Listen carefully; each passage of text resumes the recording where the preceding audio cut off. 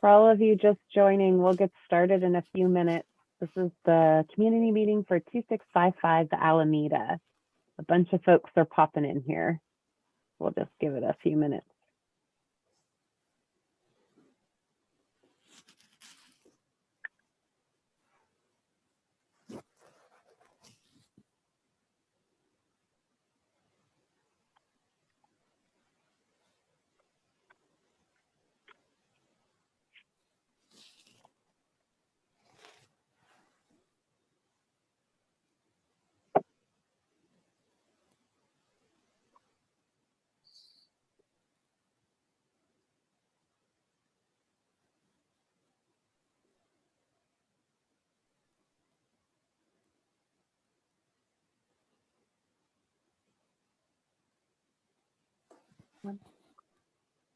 All right. Seems like it's slowed down, people popping in. So why don't we go ahead and get started? I'll introduce myself first. My name's Leslie Xavier, and I'm the planning manager here with the City of Santa Clara. The project manager for this project is Debbie Fernandez, and she happens to be suddenly out sick today. So I'm filling in for her, but I'm going to go ahead and introduce the project team for the 2655 Alameda project. So we have Anjali, who's the property owner and developer, and then we also have Ken Rodriguez, the architect.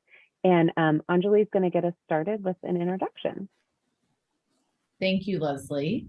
Hi, everybody. My name is Anjali Nanda-Habis, and I am a partner with Capital Partners, the owner and developer of this proposed development located at 2655 the Alameda. Capital Partners is a family-run development company that's been operating in the Valley and living in the Valley for over 4 decades now. A little bit about me. I am a double Bronco, as they say, and I went to Santa Clara undergrad and Santa Clara Law School. And I actually walked by this exact site almost every day for the 7 years that I lived on or around campus. And fast forward several years, a broker actually brought this project to me, knowing mine and my family's history with the university. And lo and behold, Capital Partners closed on the property on or around June 10th of this year. And we're very excited to bring forward this project that we think brings some much needed housing, not only to the city of Santa Clara, but to the students of Santa Clara, especially on this side of campus, which those who are familiar with the students, especially at Santa Clara undergrad, know how much demand there is to live on this side, perhaps what we're calling the south or southwestern corner of campus.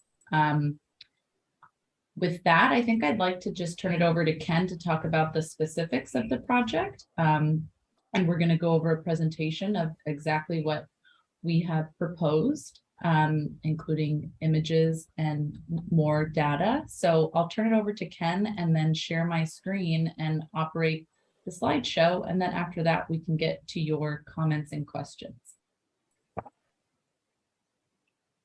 Okay, so I'm going to wait till we can get the slide deck up, and then I'll go through some slides, and then all of us will be happy to answer questions. We have a good attendance tonight, so I'm looking forward to that, taking some notes.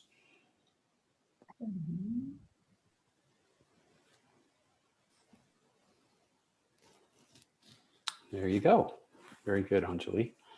Thank you, Leslie. So as Anjali had mentioned, sort of the data on this project, it's a very small site. It's 0.4 acres, so not even a half an acre. As many of you know it, it's been vacant for decades. And now that the Nanda family has purchased it, it's a combination mixed use of commercial and some resi on the first floor. But the front part of the building has a sort of the prow of the ship, or the point of the site will house about 1,500 square feet of commercial uses, something neighborhood oriented, a type of a use. And then And then the remainder of the at grade are devoted to housing, a couple of housing units, and then 3 floors above that of additional housing for a total of 4-story building. We also have about 33, well, we have 33 parking stalls, 23 of which are under the building and 10 are at grade, which covers our retail parking of requirement of approximately 3 stalls, and then 30 stalls devoted to the residential. So let's go to the next slide if we could. This is just a context slide. I know everyone knows it. It is the red triangle piece in the corner, surrounded by the university, the Safeway neighborhood shopping center, some retail across the street on Park and Alameda, and then a crosswalk that connects the neighborhood to the west across the Alameda to Santa Clara University on the east side of the Alameda. Let's go to the next slide. So this is a rendering of the project. It has a combination of slope tile roof, which the rendering doesn't show as well as the elevations, but retail at that corner piece that I mentioned with outdoor seating and kind of a new plaza area to activate that corner. And that would be the 1,500-foot retail that has the orange umbrellas in front of it on both streets. It's a unique site with access to both streets at that corner piece, the sort of triangle piece. And so we think retail and an outdoor plaza there, patio for some outdoor dining of some type, whatever the use might be there, would be more oriented to some type of food use. As I mentioned, the apartments would be located a few on the ground floor and then 3 levels of apartments below with a very large central courtyard. So all of the activity spaces are internal to this triangle building that we've designed, with street access located back on both on the Alameda. If you could take the cursor there and just show in the far corner, Anjali, the access driveway that will be back in, there you go there. And then let's go to the next rendering, which will show that with access back in that location. So it's sort of a drive-through access point. The ramp down to the basement would be located internal. And like I said, all of the activity areas would be in this center courtyard. The materials consist of exterior plaster, wrought iron detailing and balconies and detail elements, a sloped clay tile roof where the gutter elements are showing here in the pitched roof, and then some wood trellis features that are on the retail component at sort of the triangle piece to denote that it's got the retail below. So let's go to the next slide if we could. So here is that site plan. The orange terracotta piece shows the retail component at the triangle part of the site. The outdoor plaza next to that would be served by all 3 streets, Bellamy Park and the Alameda. The access to the retail would be located both on the Alameda Park, and then we'll have an exterior access point coming out of the retail shop into the plaza at the corner. You can see the 10 parking stalls that are located at the surface would be located there. The ramp to the underground parking would be down right there, internal to that covered area. And then the 3 highlighted yellow pieces are 3 single and 2 single and 1 2-bedroom unit there with a common bike room in the middle, mail room, and some other amenities that would be for the residential component. So let's go to the next slide. This was a shadow study that was performed both in the summer and the winter. You can see the slope tile roofs in the orange that I was talking about. And then the angular flat roof sort of wood trellis feature that would be at the corner. Let's go to the next slide. Here is an enlargement of the ground floor retail space, as well as that new plaza area that would be a combination of wood and pavers, outdoor seating, and then the seating would work its way down both Park and the Alameda. And that's where you see some of that bright colored orange umbrella elements. So we're trying to activate the street edge, and again, trying to make this retail very visible. You can see the entrance to the lobby there on the far right. That would be right off the Alameda. And then that's circulates through a stair and elevator core, both down into the garage and then up to the floors of this space. Let's go up to one of the floor plans of the above grade space here. So here you can see that internal courtyard that I talked about. So all 3 floors would have this beautiful courtyard that they would look down onto from the podium level. So right above the first floor of the ramp to the parking garage, and those back of house elements would be the patio level. And then the other 2 floors above that would have this really nice circulation space that could also have some really nice amenities for the users, a barbecue area, some types of seating, raised planters, and some landscaping that would be internal to the courtyard, additional outdoor seating, possibly a rec area with a ping pong area, and some outdoor workspace, which could be kind of very cool too, for the residents to be able to work outdoors, especially now after coming through COVID and all of those. It's something that we found has been very popular. So all of the green would be planters and some landscape features within those. Some large trees specimen trees would be located in the courtyard and sort of peek their way through this big triangular opening. If you could kind of circle that, Anjali, it's kind of a little hard to see, but it's dotted in the middle of the space. There we go. All of that is open to the courtyard below. Oh, sorry, I clicked. 1 second. There we go. Problem. So that's just a quick run through of the application, the project. Let's go back maybe to the cover sheet. And you can see the details on the left in terms of the project information there, in case anyone has joined late. I went over that first.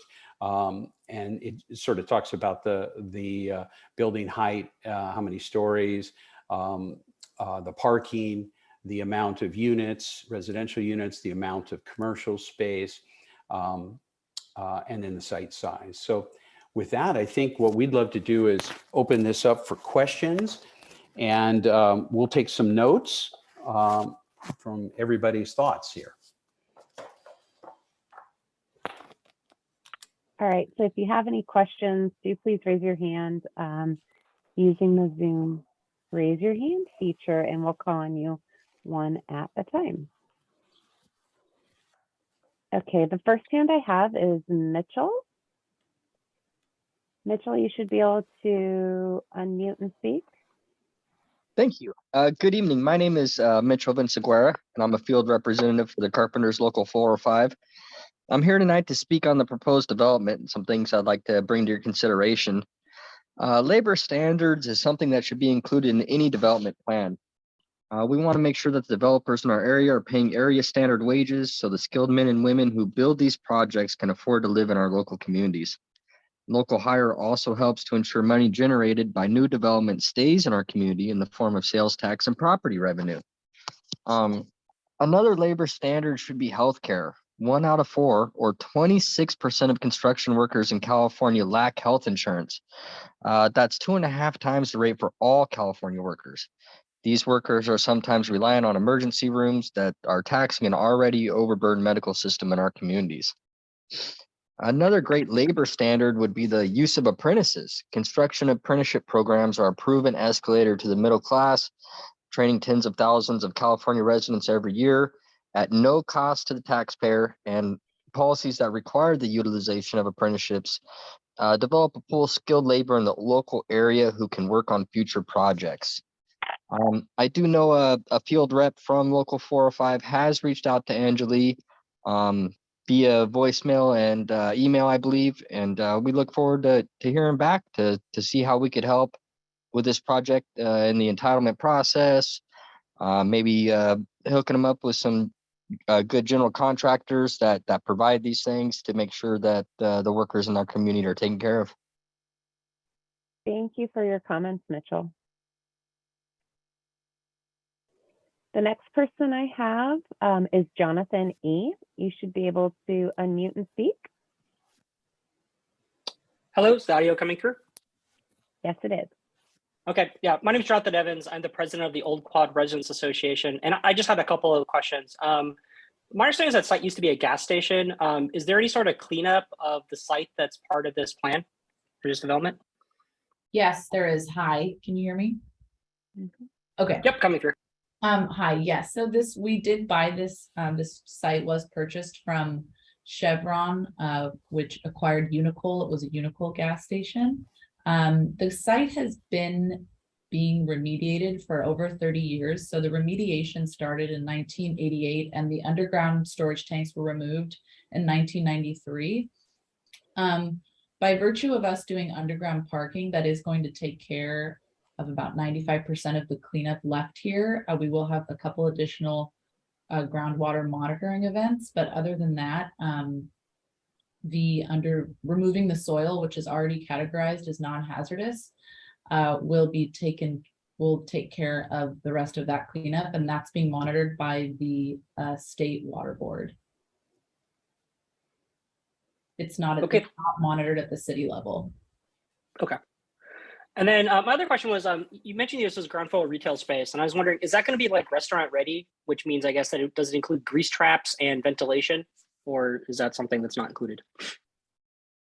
Oh, go ahead, Ken. Yeah, we haven't designed that yet, but typically that's what it would be. Yeah, it would be a you would want to be able to put in the grease traps now, and you would want to tie that all into the utilities as you're constructing this, especially with the underground parking. So I think the short answer to that is yes. Okay, so that would, as part of the planning process, you would include that in the plans, both grease traps and ventilation, because I've seen some developments come by where they forget to do that, and that becomes a challenge for them to lease subsequently. Yeah, it sure does. Yes, good point. Okay, thanks. That's all I have for questions for now. Thank you. Thank you, Jonathan.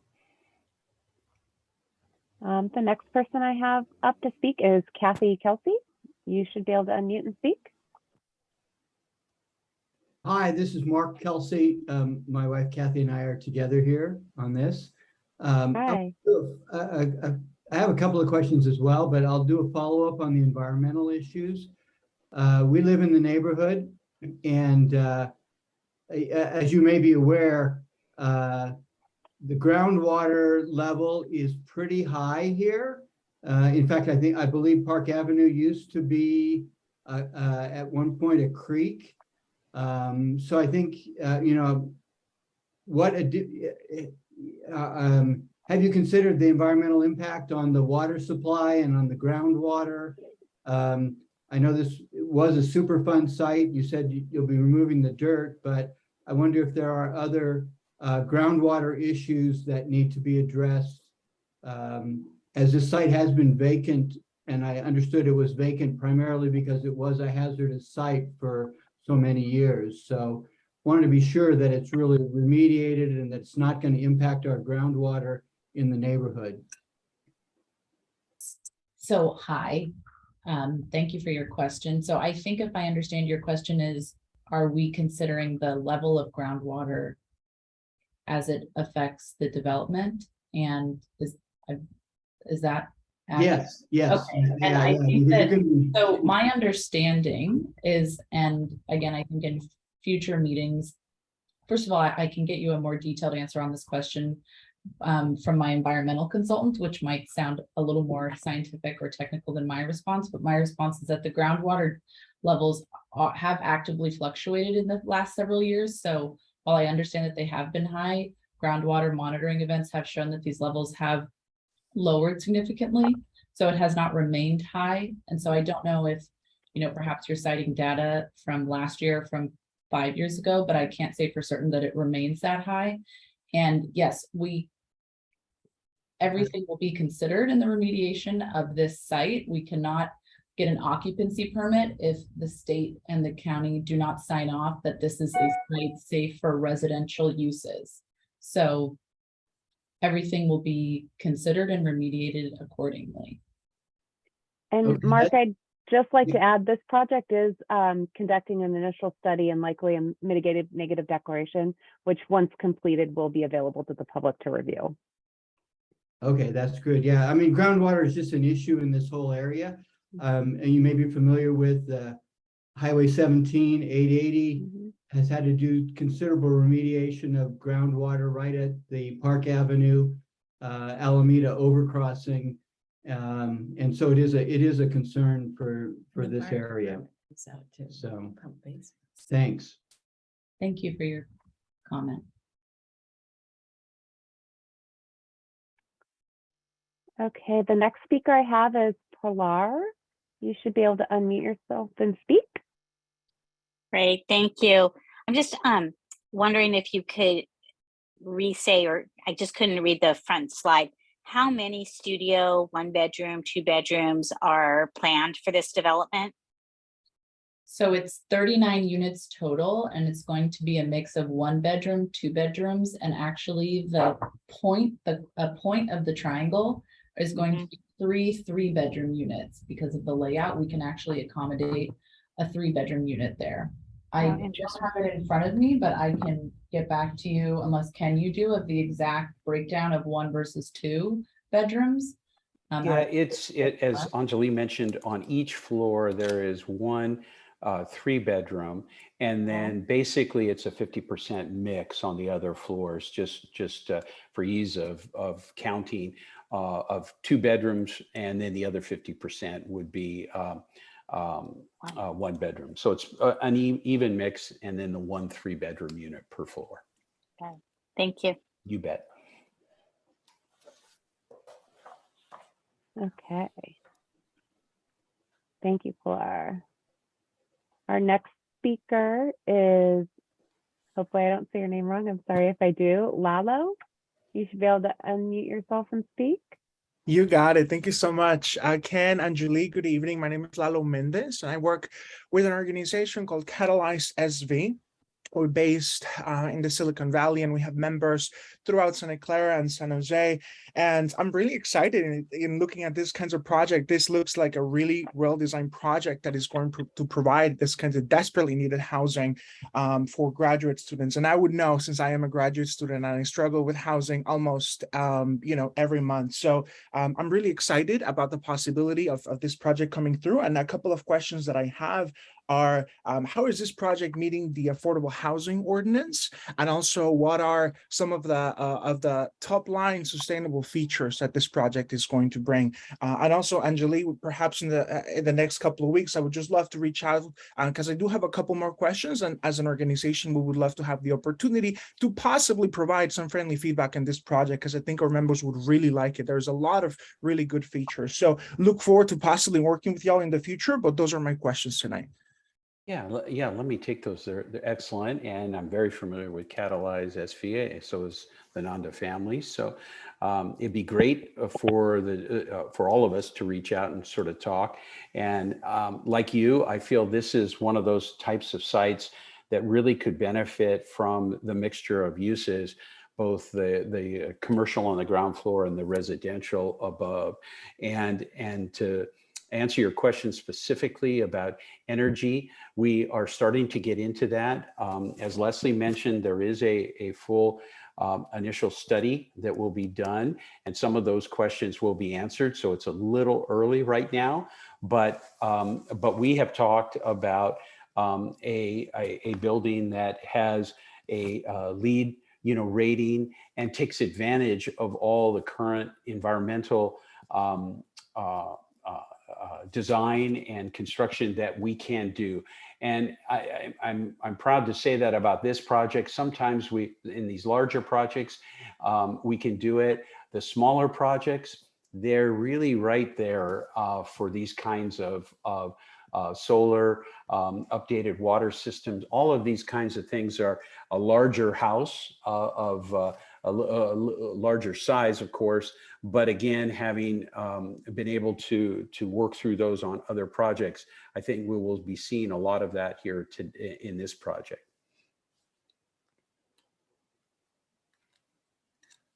And then I think I heard a question about an affordable requirement. The project will be subject to the city's affordable ordinance. Oh, I'm sorry. Yes, I forgot to mention. Yes, it will comply with the city's affordable ordinance.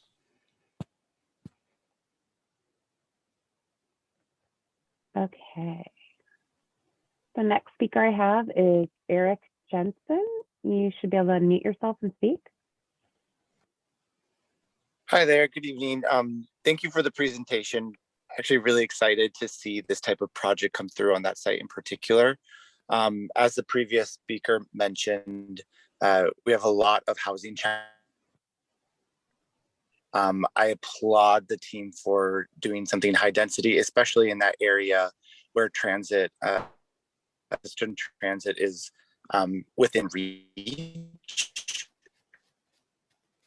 I was going to ask a similar question around affordability requirements as the previous speaker, and would advocate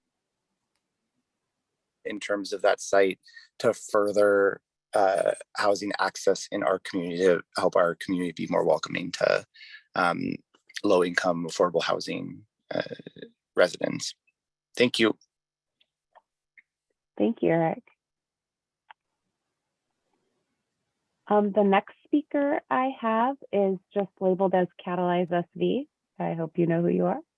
You should be able to unmute and speak. I know who I am, and you know who I am too, Leslie. Hey, Alex Shore with Catalyze SV. Ken, good to see you again. Glad that you're working on this project. Yes, and Julie, Ken and Catalyze SV know each other well, and we look forward to hopefully getting to know you as well. Yeah, I want to echo the eloquent on-point comments from my colleague Lalo Mendez. We do care a lot about sustainability. We do care a lot about affordability. Those are big things for our members and big important priorities, I think, for the city of Santa Clara as well. The other thing sometimes our members like on projects, and again, we'd love an opportunity, as Lalo said, to maybe have further conversations with y'all and our members, is can we build as many homes and as possible? Is there opportunities or potential for increasing the number of stories on this project and thus perhaps the number of homes? Well, let's talk about the increase, Alex. Good to hear your voice again. I think what we are limited by is parking, as most of these projects are. We've been able to really lay out a very efficient underground parking stall with some or parking garage, along with some additional stalls that are at the surface. So that allowed us to come up to a 4-story building, which we think, scale-wise works well with the university across the street, as well as sort of that gateway bookmarker on each side of the Alameda. It would be very, very hard, I think, Alex, to gain any additional units without adding more parking. And I know one thing we want to be sensitive to is the spillover of parking and none into the neighborhood. We do have on-street parking, which is really great. The city does not allow us to count that, but we do have it. And we have this huge bike program that the Nanda team wants to put forward because as Anjali mentioned, some of these units will be people attending the university as well as just living in the neighborhood. We already mentioned the close proximity to transit. It's a short bike ride through the campus right to the station, which is an amazing opportunity. And so I think from that standpoint, I appreciate your encouragement to try to go taller. But again, I think we have some limits to how deep we can go with the parking garage, the water table, and the city code. Thank you. All right, thank you, Alex. Let's see. Kathy or Mark, your hand is still raised. Did you want to speak again? Yes, thank you. Okay, go ahead. I want to follow up on the parking and both parking and traffic. I think we ought to acknowledge that this is likely to be 100% student occupied, and it I'd be interested in your guess of number of occupants. Looks to me like it's probably close to 100 occupants. So I would anticipate close to 100 cars will be generated by this project, based on our observation of residences in the neighborhood. And while there is on-street parking, it's already full from the current residences in the neighborhood, as well as the employees at the university. So I'm really concerned about the overflow of parking. I'm not really sure where they'll go. And secondarily, I think this is going to increase traffic at that intersection. I wonder if you've thought about any improvements to the flow of traffic at that intersection. It is already a very dangerous intersection. There are 3 or 4 streets that come together. The lights are not very clear as to who has the right of way. There are a lot of pedestrians here. And Anjali, you know from being a student there, this is a dangerous situation for the students as well as the residents in the neighborhood. And so I'm not sure I have a suggestion as how to improve the intersection, but I'm concerned about it. So I wondered if you thought about that as well as the parking. Yeah, Mark, this is a really good question, and it is going to be studied by a traffic consultant. It's underway. It will be part of the initial study that the city has requested, and then also the city Public Works Department has already started to think about some improvements that could be made to make that existing crosswalks safer. And so, yes, we are in conversation with both the city and the traffic consultants. So we'll have a lot more detail for you as this project develops, but good points. Thank you. Okay, that was the last hand I had raised up. Oh, wait, I got another one. Alex, do you want to speak again? Yeah, thanks, Sure. Leslie. So if I'm a grad student living across the street from Santa Clara University, I don't necessarily want or need a car. I've got the Safeway right there. I've got ice cream tacos right there. I've got tons of retail and restaurants on the Alameda. Maybe I want a transit pass to go up and down El Camino Real on the VTA rapid bus, or a transit pass to go on Caltrain to get up the peninsula. But I might not need to drive that much on a day-to-day basis, especially if I'm a grad student cutting costs. And I remember my days as a grad student in LA, not having many resources, and a car is just such an expensive proposition. For a neighbor who spoke a minute ago who's concerned about traffic and parking, one of the best ways to reduce the traffic that we all experience in this valley is not to build for more cars. So if you're going to have a potential market of a bunch of grad students, is there a way to reduce the number of cars, or how are you all thinking about that? Just curious about. Thanks. Yeah, the good news is, as I mentioned, we do have a current both traffic report and parking study that's being prepared by a traffic engineer. We'll have a lot more info on it. Anjali has real world experience in that area and has given a lot of input as well. And I think I was surprised to hear Mark say that maybe this might be 100% student housing. It may be, but I'm not sure that that we are going to have one car per every residence for all the reasons that Alex just mentioned as well. So I think I'd like to defer this question. I'm happy to talk more about it or other ideas about it that anybody has, so we can take them back to the traffic engineer and make sure that these are addressed in that report.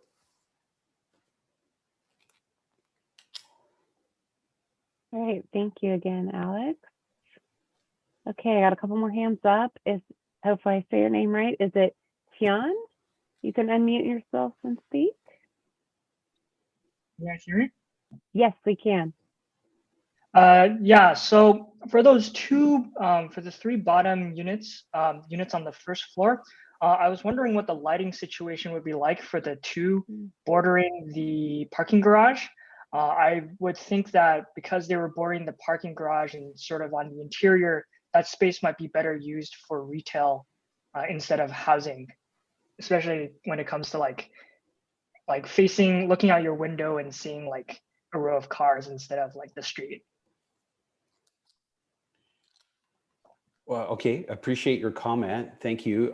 You're right that they don't open out onto both either the Alameda or to Park, but what they do open out onto is, you know, a similar condition that others do, and that is a parking area. And you're right about that. So those would be units that would still receive a lot of light, and I think that we're continuing to kind of work through the design there.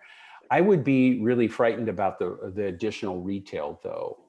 I think I feel very comfortable proposing retail out on the street, but when it's inboard, that will be retail that identities will struggle a bit. So, but we'll look at it. I think your comments are interesting and something that we'll continue to look at. So thank you. All right, thank you. Okay, the next person I have is Mary Ellen. You can unmute yourself and speak.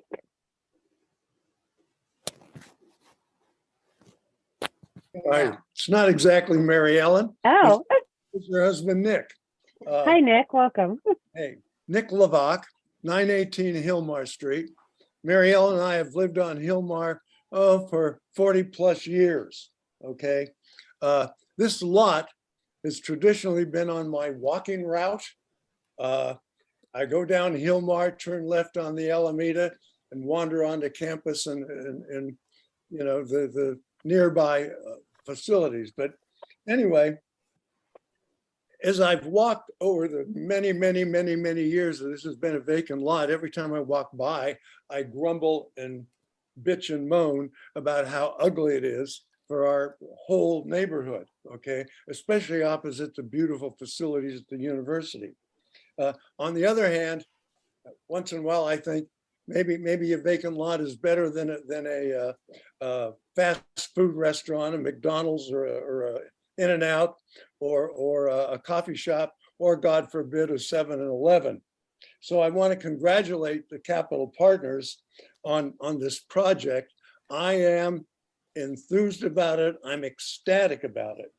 As far as one of the young men mentioned, I think it's ideal for that area and in the way it'll provide housing. Maybe a few students, but certainly Santa Clara University has a large variety of teachers, professors, and staff. They hire hundreds of people in administration, and I'm involved in athletics. They have tons of young assistant coaches looking for housing, and this will be ideal for them. I disagree with Mr. Kelsey, as I often do, about the traffic. Again, one of the reasons I've walked this area is the traffic tends to go down around the university on the El Camino. Very few people turn on this section of the Alameda. Even for Safeway, which would be the traffic generator, people tend to enter and leave on Park Avenue. So I think there is minimal traffic. I don't think that will be a problem at all. And again, I want to congratulate Capital Partners on what I think is an outstanding project for this area. Thank you. Thank you, Nick. Okay. Tian, did you have something else to say? Your hand is still up. Maybe yes, maybe no. No, okay. Okay. Alex, I have your hand still up. Did you have another comment? Sure, yeah. You know, we want to see development that excites and delights and helps our community. And, you know, we've seen, Ken, your passion for good development.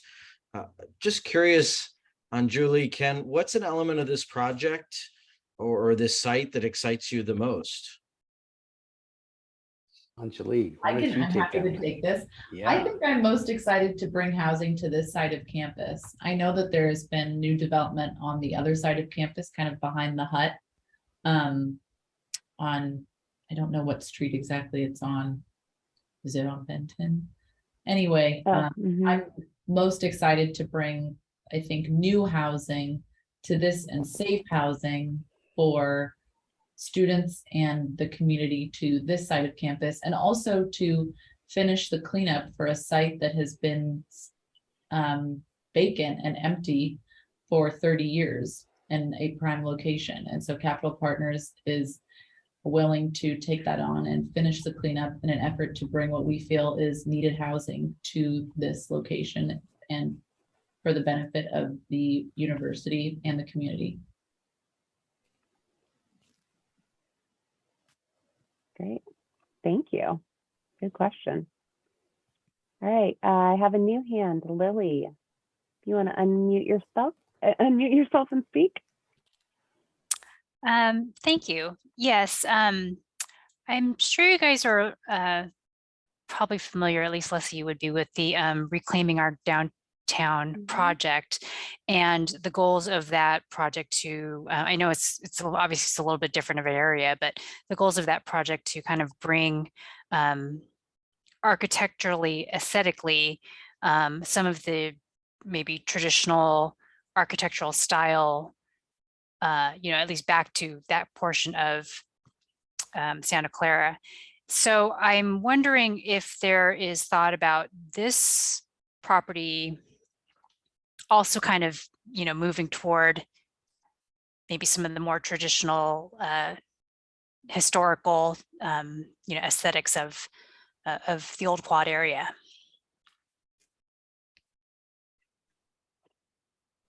Ken, do you want to take that, or I can take that? Yeah.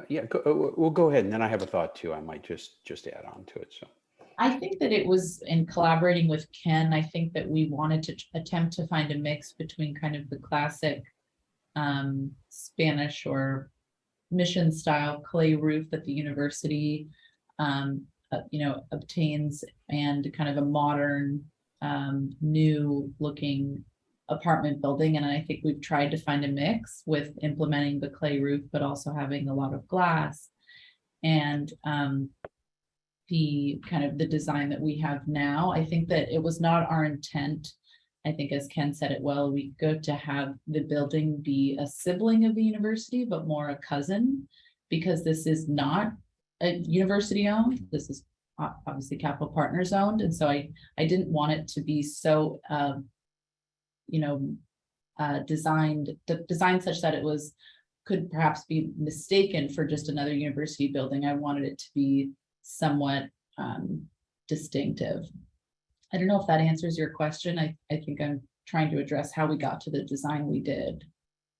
yeah, and I'll add just a couple things, Lily, that these drawings, this was a big overview that we did because we wanted to just introduce the project, but we will be refining the drawings to be showing more of what I would call that historical detailing in the iron balconies, in the plaster treatments. If you were to stand at the building, especially Nick, for you who walk over by that site every day, take a look at the window sizes and how they take their cue from the campus across the street, but they're not an identical copy, as Anjali said. They're going to be taking some details from the campus, as well as some very, very nice sort of architectural detailing as we're working with the staff and the public, you know, in the public hearings. So while it's not 100% historic building, we didn't think that was appropriate for all the reasons Anjali said. And I also think that the downtown area will have its own character and is great to have its own character. And I think these can sort of coexist with, again, more historical detailing to add to it. So, but open to any discussions or any thoughts that anybody has, please feel free to contact us on any of that. All right, thank you, Lily. Okay, Kathy or Mark? Yes, thanks. One more comment, and although Nick and I don't always agree on everything, I do, as he said, welcome development on this. It's been an eyesore for the neighborhood for many, many, many years. Just wondering, a kind of a twofold question. Does Capital Partners intend to not only develop this, but to operate it on a long-term basis? And what can we expect? This is our initial meeting. What can we expect about further community engagement opportunities? So I can answer that, yes, Capital Partners does intend to operate this for the foreseeable future. We do not intend to build and sell, or we have no plans to sell the building after it is stabilized. In terms of further community engagement, maybe I'll let Leslie speak on the city's plans with that. Yeah, so this project is a general plan amendment and rezoning. So there'll be public hearings in front of the Planning Commission and the City Council for this project. So that'll be your next touch point for community input. You can always contact the project manager with any additional comments, and we'll be posting, you know, information on that project page. If some of you have seen it, it's on our website. And it's got a link to the development plans, and we'll be posting other pertinent information as development plans are updated on that site as well. It would be great if we had the opportunity to have another community meeting once you have your traffic studies and your parking studies.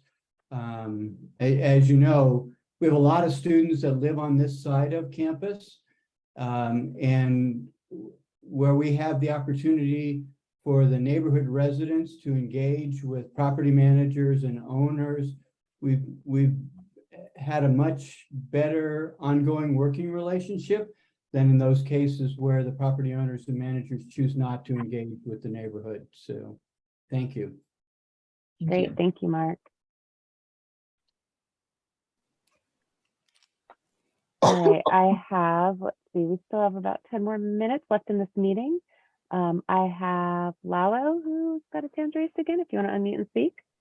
Yeah, thank you so much. The last speaker brought up a really great point. And I know that we've been just speculating whether or not this is going to be student housing. I'm wondering, have you reached out to the students directly?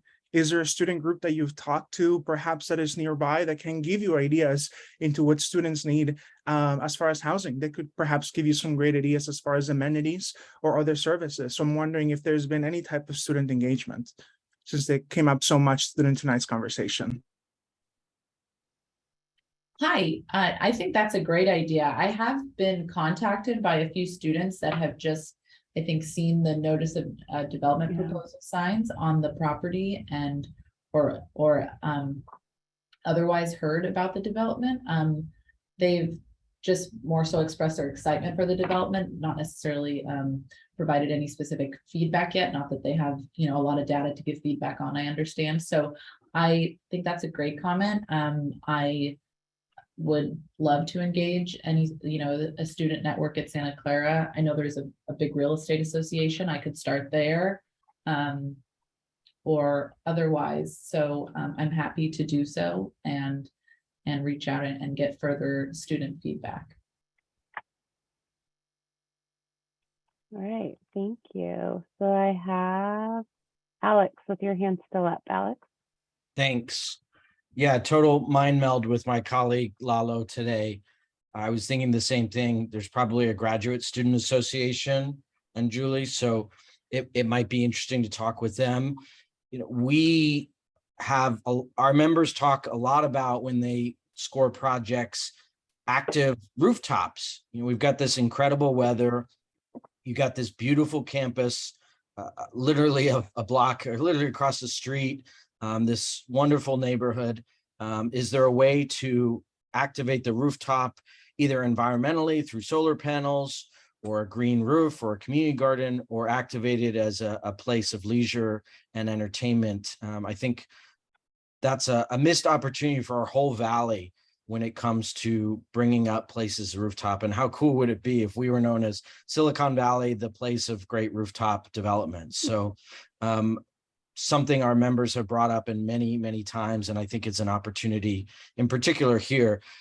Just echo Lalo's comments on community engagement, you know, talking to labor unions, talking to neighborhood associations like the Old Quad and Jonathan Evans.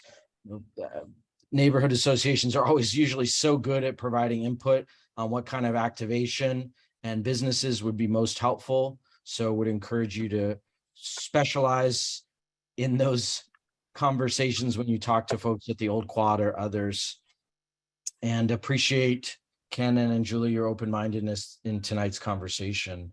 And hopefully we can get the best possible development built as quickly as possible. Thank you. All right, thank you, Alex. I now have Eric, if you'd like to unmute and speak. Hi, sorry, I just wanted to add in one comment relative to a previous speaker that I agree, engage with the university is a great idea. Graduate students, faculty, but let's also not forget staff and service workers that work at the university and live in our community. I think this is a great opportunity in terms of housing to engage those audiences as well. So I would consider them part of our community and part of this discussion as well. Thank you. All right, thank you, Eric. Okay, Lalo, I still have your hand up. Did you have another thing to add? No, I am done. Thank you so much. Okay, thank you. And the same with Alex. Did you have any more to add? Always, but I will hold off. Thank you so much, y'all. All right. So those are all the hands that I have raised. For those of you in the audience, there were 22 attendees participating this evening. So thank you to all of you who spoke. I don't know, Ken, Angeli, if you have any closing remarks that you wanted to make. I just want to thank everybody so much for coming this evening and for hearing our presentation, and most importantly for your feedback. It is duly considered, and I'm excited to circle back with Ken after this meeting and go over all of these comments and implement as much of them as possible, because this is a building for the community and for the university. So we're very excited to do this for all of you. Great, thank you. And then just as a follow-up, like I said, if you haven't seen it, there is a project website up on the city's website under our project listing, under the address 2655 the Alameda. It's got a summary of the project posted there now, the project manager's contact information, which is Debbie Fernandez, and as well as the current development plans. So you can look to this website for future updates as well. So thank you all again for your participation. Have a good evening. Thank you. Appreciate it. Good night. Thank you guys. Good night.